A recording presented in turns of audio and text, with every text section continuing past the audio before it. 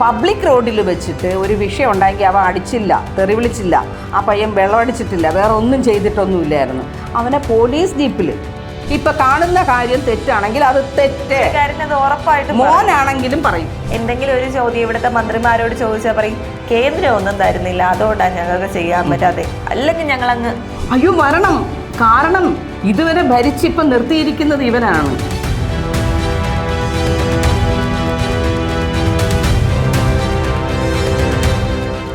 ചേച്ചി നമസ്കാരം. നമസ്കാരം ചേച്ചി, കഴിഞ്ഞ ദിവസം സുരേഷ് ഗോപിയുടെ ഒരു പ്രസ്താവന പുറത്തു വന്നിരുന്നു. അത് വലിയ രീതിയിൽ ഇപ്പം ചർച്ചാ വിഷയമായിരിക്കുകയാണ്. കാരണം മറ്റൊന്നുമല്ല, പുള്ളിക്കാരൻ പറയുന്നത് പുള്ളിക്കാരൻ്റെ സിനിമയിലോട്ട് തിരിച്ചു പോകണം, മന്ത്രിസ്ഥാനം മറ്റൊരാൾക്ക് കൊടുക്കാൻ വേണ്ടിയിട്ട് ഞാൻ ആഗ്രഹിക്കുകയാണ്. പുള്ളിക്കാരൻ എന്തോ പറ്റിയൊരു ഫീൽഡല്ല ഈ പൊളിറ്റിക്സ് എന്ന് പറയുന്നത് പുള്ളിക്കാരൻ തന്നെ തിരിച്ചറിഞ്ഞിരിക്കുകയാണ്. അല്ല, അതൊരു നല്ല കാര്യമാണ്.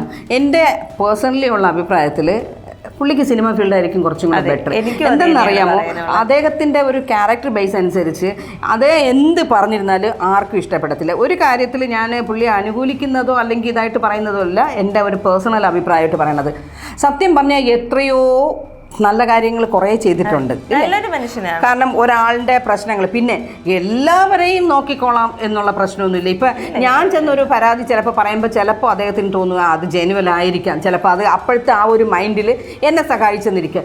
അത് കേട്ടിട്ട് ഉടനെ അതുല്യ അതിൻ്റെ പുറകെ ചെന്നൊരു സഹായം ചോദിച്ചപ്പോൾ ചിലപ്പോൾ നടക്കണമെന്നില്ല. നമുക്ക് ഈ സർക്കാരിനെ തന്നെ എടുക്കാലോ, നമ്മുടെ സർക്കാരിന് ചെയ്യാൻ വരുന്നല്ലോ. ഇപ്പൊ ഒരു ഫോണിൻ പരിപാടി നടത്തുന്നുണ്ട്, എത്ര പരാതികളാണ് അവര് കറക്റ്റ് ആയിട്ട് കേട്ടിട്ട് നടപടി എടുക്കുന്നത്. ഈ പറയുന്ന മന്ത്രിമാർക്കൊക്കെ ഓരോരുത്തരെ വെച്ച് ഓരോരുത്തർ സഹായിക്കാമായിരുന്നു. പിന്നെ തീർച്ചയായിട്ടും അദ്ദേഹത്തിന് കഴിയുന്നത്ര അദ്ദേഹത്തിന്റെ മകളുടെ പേരിൽ ലക്ഷ്മി എന്ന് പറഞ്ഞ ഒരു മൂത്ത കുട്ടി മരിച്ചുപോയ കുട്ടിയാണ്.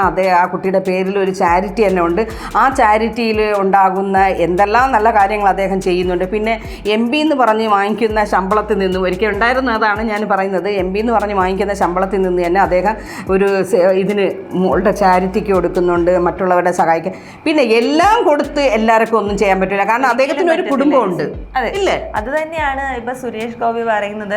പുള്ളിക്കാരൻ നമ്മുടെ സച്ചിദാനന്ദൻ അദ്ദേഹത്തെ അനുസ്മരിക്കുന്ന ഒരു ചടങ്ങിൽ സംസാരിക്കുകയായിരുന്നു, അനുമോദിക്കുന്ന ഒരു ചടങ്ങ് തോന്നുന്നു, അതിൽ സംസാരിക്കുകയായിരുന്നു. അപ്പൊ പുള്ളിക്കാരെ സജസ്റ്റ് ചെയ്യുന്നതും സദാനന്ദൻ മാസ്റ്റർ തന്നെയാണ്. പുള്ളിക്കാരൻ പറയുന്നത് പുള്ളിക്കാരനെ മന്ത്രിയാക്കിയാൽ കൊള്ളാമെന്ന് എനിക്കുണ്ട്, കാരണം എനിക്ക് സിനിമയിലോട്ട് തിരിച്ചു പുള്ളിക്കാരൻ പറയുന്നുണ്ട് എന്റെ വരുമാനം നിലച്ചിരിക്കുകയാണ്, അതുകൊണ്ട് എനിക്ക് തിരിച്ച് സിനിമയിലോട്ട് പോകണം, ഒരുപാട് സിനിമ എനിക്ക് ചെയ്യണം, കാരണം എൻ്റെ മക്കളൊന്നും വലിയ നിലയിലൊന്നും എത്തിയിട്ടില്ല, അപ്പൊ എനിക്ക് ഇനി സമ്പാദിക്കേണ്ടതുണ്ട്. പുള്ളിക്കാരൻ ക്രിസ്റ്റൽ ക്ലിയർ ആയിട്ട് പറയുന്നത്. ഇപ്പം പല നേതാക്കന്മാരെ പോലെ മറച്ചു വെച്ചിട്ട് ഇതിന്റെ ഇടയിൽ കുറെ അഴിമതി നടത്തിയിട്ട് പുള്ളിക്കാരൻ കാശുണ്ടാക്കാൻ ശ്രമിക്കുന്നില്ല. ക്രിസ്റ്റൽ ക്ലിയർ ആയിട്ട് പുള്ളിക്കാരൻ പറയണം പുള്ളിക്കാരൻ അത് പറ്റിയൊരു ഫീൽഡല്ല എന്ന് എനിക്ക് തോന്നുന്നു. സുരേഷ് ഗോപിക്ക് ഏകദേശം ഒരു തിരിച്ചറിവ് ഉണ്ടായിട്ടുണ്ട്. കുറേ ദിവസം നിന്നപ്പോൾ അദ്ദേഹത്തിന്, കാരണം വിദ്യാഭ്യാസമുള്ള ഒരു വ്യക്തിയാണ് അദ്ദേഹം, കാര്യങ്ങളൊക്കെ മനസ്സിലായി. പിന്നെ വേറൊരു കാര്യം എന്ന് പറയുന്നത് അതുല്യ അറിഞ്ഞാണ് അദ്ദേഹത്തിന്റെ മകൻ മാധവിനെ ഇടയ്ക്ക് ഒരു പ്രശ്നമായിട്ട് ഇവിടുന്ന് വണ്ടി തടഞ്ഞു എന്നൊക്കെ പറഞ്ഞിട്ടൊക്കെ പിടിച്ചു. ഞാൻ ചോദിക്കട്ടെ, ഇത് വേറൊരു മന്ത്രിയെയോ ഒരു MLA മകനെ ആയിരുന്നെങ്കിൽ ഇങ്ങനെ ചെയ്യുമായിരുന്നോ? ഒരിക്കലും ചെയ്യത്തില്ല. ഞാനിപ്പോ സപ്പോർട്ട് പറയുന്നത് അത് സുരേഷ് ഗോപിയുടെ മകൻ മാധവ് സുരേഷ് ഗോപി ആയതുകൊണ്ട്, മന്ത്രിയുടെ മോനും ആയതുകൊണ്ട്, അതുകൊണ്ട് പബ്ലിക് റോഡിൽ വെച്ചിട്ട് ഒരു വിഷയം ഉണ്ടായെങ്കിൽ അവൻ അടിച്ചില്ല, തെറി വിളിച്ചില്ല, ആ പയ്യൻ വെള്ളമടിച്ചിട്ടില്ല, വേറെ ഒന്നും ചെയ്തിട്ടൊന്നുമില്ലായിരുന്നു. അവനെ പോലീസ് ജീപ്പിൽ ഒന്ന് മനസ്സിലാക്കണം. ഈ പറഞ്ഞ എതിർപക്ഷത്ത് നിന്ന MLA അദ്ദേഹത്തിന് സ്വന്തം വണ്ടിയിൽ വരാൻ പറഞ്ഞ് കൊണ്ടുപോയി.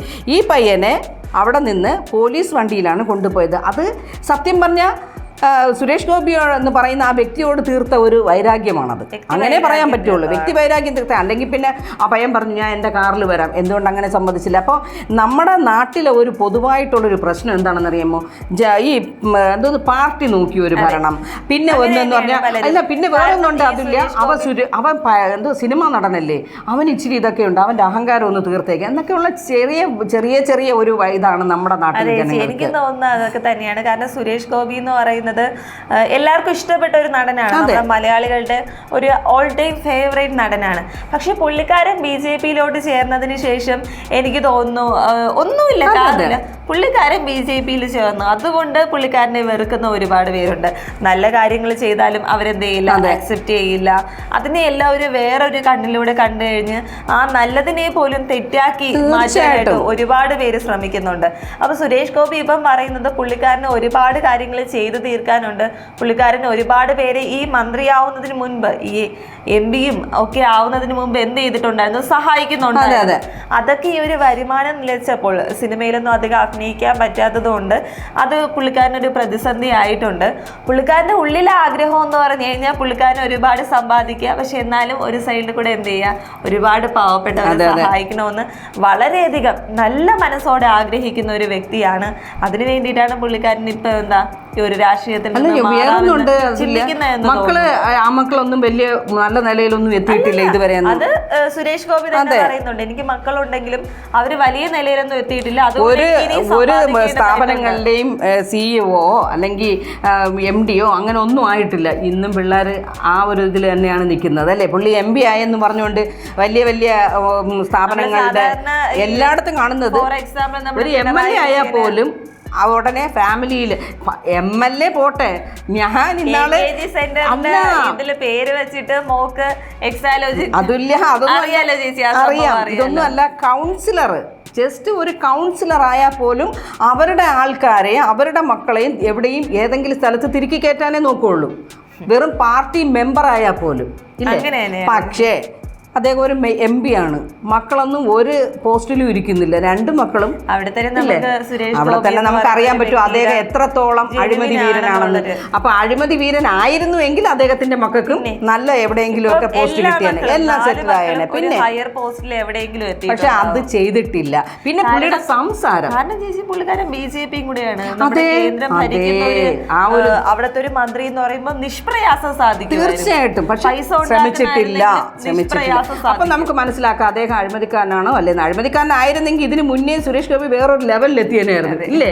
അത്രയും വലിയ അഴിമതിയൊന്നും അദ്ദേഹം കാണിക്കുന്നില്ല എന്നാണ് വ്യക്തിപരമായിട്ട് ഒരു അഭിപ്രായം. മാത്രമല്ല പൊതുജനങ്ങളും പറയുന്നുണ്ട് ഇത്. അദ്ദേഹം വലിയൊരു സംസാരപ്രിയനാണ്, എല്ലാം സംസാരിക്കാൻ ഇഷ്ടമാണ്. സുരേഷ് ഗോപി എന്ന് പറയുന്നത് നല്ലൊരു വ്യക്തിയാണ്, നല്ലൊരു നടനാണ്, പക്ഷെ പൊളിറ്റീഷ്യൻ അല്ല. പൊളിറ്റീഷ്യൻ ആവണമെങ്കിൽ വേറെ പഠിക്കണം. അതെ, അതിന് പഠിക്കേണ്ടത് എന്താ പറയുക, കൂടെ നിൽക്കുന്നവനെ ചതിക്കുക, മറ്റു കുറേ കാര്യങ്ങളൊക്കെ ഉണ്ട്. അതൊന്നും ഞാൻ പറയുന്നില്ല, അറിയാമായിരിക്കും എല്ലാവർക്കും. അപ്പോൾ അത് ആ മനുഷ്യന് പഠിച്ചിട്ടില്ല. പിന്നെ സംസാരപ്രിയനാണ്, എന്തും വെട്ടി തുറന്ന് സംസാരിക്കും. ഇപ്പം കാണുന്ന കാര്യം തെറ്റാണെങ്കിൽ അത് തെറ്റ്, മോനാണെങ്കിലും പറയും. മകൻ ഇന്നാളെന്തോ ഇടയ്ക്ക് എന്തോ കാണിച്ചപ്പോൾ പറഞ്ഞില്ലേ, എടാ നിന്നെ കൊണ്ട് അഭിനയിക്കാൻ പറ്റില്ല, നീ ആ ഫീൽഡ് വിടും ഇല്ലേ. സ്വന്തം മകനാണ്. അപ്പോൾ അദ്ദേഹം കാണുന്ന കാര്യം തുറന്ന് സംസാരിക്കും. അതാർക്കും ഇഷ്ടം. അതേ പൊതുവെ അങ്ങനെയാണല്ലോ. എന്തോ പറയുമല്ലോ, സത്യസന്ധന് ജീവിതത്തിൽ വഴിയില്ല, ഇല്ല. കാരണം അവൻ സത്യം തുറന്ന് പറയുകയാണ്. എന്നാൽ ഒരാളിനെ പ്രേരിപ്പിക്കാനും അവനെ ഒന്ന് പുകഴ്ത്തി ഒന്ന് സന്തോഷിച്ച് ചെയ്ത അയ്യോ അങ്ങനെയാണെന്ന് പറഞ്ഞ് അവനെ അങ്ങ് എടുത്ത് പുകഴ്ത്തുമെങ്കിൽ അത് സമ്മതനാണ്. അങ്ങേരെ കൊണ്ട്, ആ മനുഷ്യനെ കൊണ്ട് അതിന് കഴിയില്ല. അദ്ദേഹം സത്യസന്ധമായിട്ട് കാര്യങ്ങൾ എന്തുണ്ടെങ്കിലും തുറന്ന് സംസാരിക്കുക. അത് ആരോടാണെങ്കിലും എവിടെയാണെങ്കിലും സംസാരിക്കും. അത് അദ്ദേഹത്തിൻ്റെ ചില വാക്കുകളൊക്കെ എടുത്തിട്ട് ഇടയ്ക്ക് കുറച്ച് പ്രശ്നങ്ങൾ ഉണ്ടാക്കിക്കൊണ്ടിരുന്നു. എന്തിനാ ഞാൻ ചോദിക്കണത്, നല്ല മനുഷ്യരെ വളരാൻ വിടൂ. ഇതായിപ്പോൾ നല്ലൊരു MP-യാണ് നമുക്ക് നഷ്ടപ്പെടുന്നത് ഇല്ലേ നമ്മുടെ നാട്ടിന്. എനിക്ക് തോന്നുന്നു എല്ലാവരെയും സഹായിക്കാൻ നല്ലൊരു മനസ്സുള്ള വ്യക്തിയാണ്. തീർച്ചയായിട്ടും നേതാക്കന്മാർക്കൊന്നും ഇല്ല, ചുരുക്കം ചില നേതാക്കന്മാർക്കേ ഉള്ളൂ. അതിലൊരാളാണ് നമ്മുടെ സുരേഷ് ഗോപി. പക്ഷെ അതിപ്പോ പോവുകയാണെന്നുണ്ടെങ്കിൽ നമ്മുടെ ഒരു MP-യാണ് പോകുന്നത് നമുക്ക് ഇല്ലേ.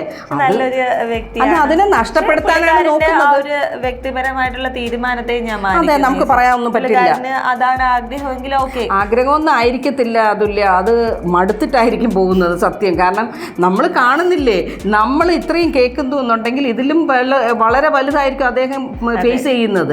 അപ്പോൾ അദ്ദേഹത്തിന് തന്നെ തോന്നിയിട്ടുണ്ട്, വേണ്ട എനിക്ക് സിനിമ ഫീൽഡ് ആകുമ്പോൾ ചെന്ന് 10 ദിവസം അടുത്ത് നിന്ന് അഭിനയിച്ച് കഴിഞ്ഞാൽ എന്തെങ്കിലും കാര്യമായിട്ട് കിട്ടും, ജീവിതം നടന്നു പോകും അദ്ദേഹത്തിൻ്റെ ജീവിതം ഇല്ലേ. ഇത് MP ആയിരിക്കുമ്പോൾ അദ്ദേഹത്തിൻ്റെ ചോദിക്കുന്നത്, നിങ്ങൾക്ക് അത് കിട്ടിയില്ല, നിങ്ങൾക്ക് ഇത് കിട്ടിയില്ല, നിങ്ങൾക്ക് ഇത്ര കിട്ടിയില്ലേ. സുരേഷ് ഗോപിയോട് ചോദിക്കുക, നിങ്ങളെല്ലാം നിങ്ങൾ അങ്ങേരോട് ചോദിക്കുക. അവിടെ പല ഇഷ്യൂസ് ഇപ്പൊ കേരളത്തിൽ നടക്കുന്ന നമുക്കറിയാലോ. പൊതുവേ നമ്മുടെ കേരളത്തിൽ എന്തെങ്കിലും ഒരു ചോദ്യം ഇവിടുത്തെ മന്ത്രിമാരോട് ചോദിച്ചാൽ പറയും കേന്ദ്രം ഒന്നും തരുന്നില്ല, അതുകൊണ്ടാണ് ഞങ്ങൾക്ക് ചെയ്യാൻ പറ്റാതെ, അല്ലെങ്കിൽ ഞങ്ങൾ അങ്ങ് അതങ്ങ് അല്ല, ഈ കേന്ദ്രം തന്നെയാണ് അന്യ സംസ്ഥാനങ്ങൾക്കെല്ലാം കൊടുക്കുന്നത്. തമിഴ്നാട്ടിൽ ചെന്ന് നോക്കണം, ഇതേ സർക്കാർ കേന്ദ്രം തന്നെയല്ലേ കൊടുക്കുന്നത്. അവിടെ കാര്യമായിട്ട് കാര്യങ്ങൾ നടന്നു പോകുന്നുണ്ട്. അവിടെ ഒരു കാര്യമുണ്ട്, ആവശ്യത്തിനാണ് ചെലവ്, അനാവശ്യത്തിനല്ല. ഇവിടെ അങ്ങനെയല്ല, അനാവശ്യത്തിനാണ് ചെലവ്, ആവശ്യത്തിനൊന്നുമില്ല എന്നുള്ളതാണ്. ആവശ്യങ്ങൾക്ക് എന്തെങ്കിലും ക്ഷേമ പെൻഷൻ, പാവപ്പെട്ട ജനങ്ങളുടെ ക്ഷേമ പെൻഷൻ എന്തെങ്കിലും ചോദിച്ചു കഴിഞ്ഞാൽ പറയും സർക്കാരല്ലേ ഇത്രയും കൂട്ടിയത്, സർക്കാരുടെ കുടുംബത്തിൽ നിന്നും ആരടുത്തൊന്നും അല്ല കൊണ്ടുവരണത്, ഇത് സർക്കാർ കൊടുക്കണമെങ്കിൽ അത് കൊടുക്കേണ്ടത് തന്നെയാണ്. ഇപ്പോൾ പറയുക അത് സർക്കാരിന് അങ്ങനെ കൊടുക്കേണ്ടതില്ല, വേണ്ട എങ്കിൽ കൊടുക്കേണ്ട, ആർക്കും ഒന്നും കൊടുക്കേണ്ട. പക്ഷേ ഇതേ MP-മാർക്കും MLA-മാർക്കും പെൻഷൻ എന്നും പറഞ്ഞുകൊണ്ട് വർദ്ധിപ്പിക്കുന്നുണ്ട് ഇല്ലേ? അതായത് പേഴ്സണൽ സ്റ്റാഫുകൾക്ക് സാലറി വർദ്ധിപ്പിക്കുന്നുണ്ട്.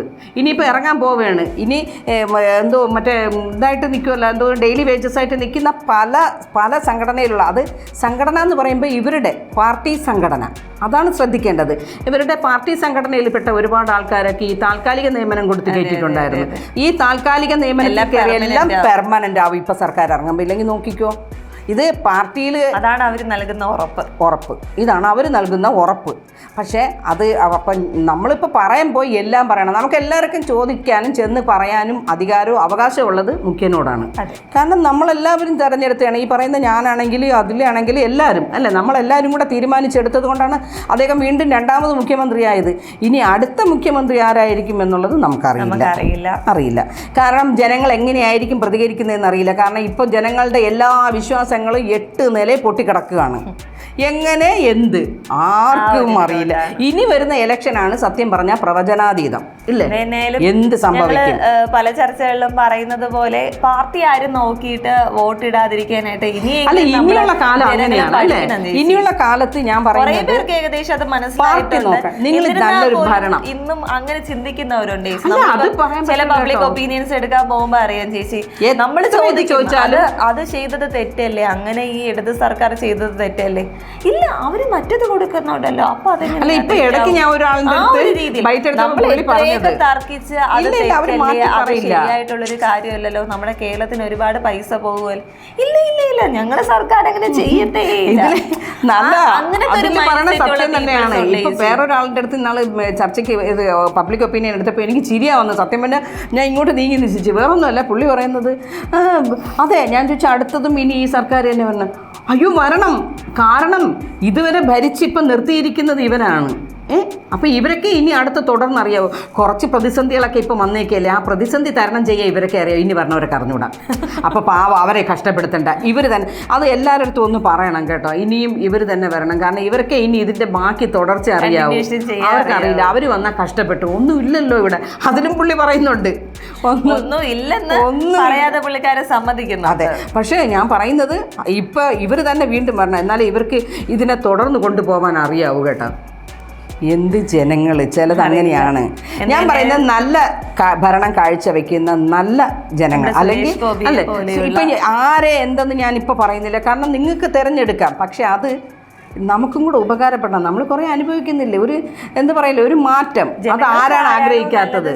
തോന്നുന്നത് അവർക്ക് വോട്ടിടാൻ. ഇനി അതല്ല, ഇപ്പൊ നമ്മൾ പറയുന്നത് ഒന്നും നോക്കണ്ട, ജനങ്ങളെ നോക്കുക. ഏത് വ്യക്തി എങ്ങനെ ഭരിക്കും. ഒരു 10 വർഷം കൊണ്ട് കേരളത്തിൽ എന്താണ് ഉണ്ടായതെന്ന് എല്ലാവർക്കും അറിയാം. എല്ലാവരുടെയും മുന്നിലുള്ള ഒരു ഈ ലാസ്റ്റ് ഇപ്പൊ നടക്കുന്നത് പച്ചയായ സത്യമാണ് നിങ്ങളുടെ മുന്നിലോട്ട് വന്നിരിക്കുന്നത്. അത് നിങ്ങളൊന്ന് മനസ്സിലാക്കണം. നമ്മൾ ഇവിടെ മാത്രമാണ് ഇത്രയും ചെറിയ ചർച്ച, ഇതെല്ലാം നാഷണൽ ലെവലിലൊക്കെ ഭയങ്കര ചർച്ച നടക്കുന്നുണ്ട്. ഇതൊക്കെ ഏതാണ് നമ്മുടെ ശബരിമല വിഷയമൊക്കെ ഭയങ്കര ഇതായിട്ട് കത്തിക്കയറിക്കൊണ്ടിരിക്കുകയാണ്. നമ്മളിപ്പോൾ അതിനെ ഒന്നും പറയണതല്ല, എന്നാലും ഇത്രയും വിഷയങ്ങൾ നമ്മുടെ കൺമുന്നിൽ വരുന്നുണ്ട്. ഇതിൽ മുഖ്യനെ കുറ്റം പറയുന്നതല്ല, നമ്മൾ അതിലുള്ള ഉദ്യോഗസ്ഥർ പലരും പല രീതിയിലും കാണിക്കുന്നു. പക്ഷേ മുഖ്യനിത് കടിഞ്ഞാണിടാൻ പറ്റും ഇല്ലേ? എത്രയോ കർക്കശമായ നിലപാടുകൾ എടുക്കുന്ന അദ്ദേഹത്തിന് ഇതൊന്നും പറഞ്ഞാൽ പറ്റില്ല. തീർച്ചയായും പറ്റും. അപ്പോൾ നല്ല എന്തു പറയാനായിട്ട് സഹമന്ത്രിമാരും മന്ത്രിമാരും ഒക്കെ വരട്ടെ, നല്ലൊരു ഭരണം വരട്ടെ, ഇനിയെങ്കിലും ജനങ്ങളുടെ ഒരു ജീവിതത്തിന് മാറ്റം വരട്ടെ എന്ന് തന്നെ ആഗ്രഹിക്കാനേ നമുക്ക് പറ്റുള്ളൂ. ജനങ്ങളുടെ മനസ്സിനകത്ത് എന്താണെന്നൊന്നും അറിയില്ല. എന്തായാലും നല്ലൊരു ഭരണം വരട്ടെ അടുത്തത് 5 വർഷത്തേക്ക്.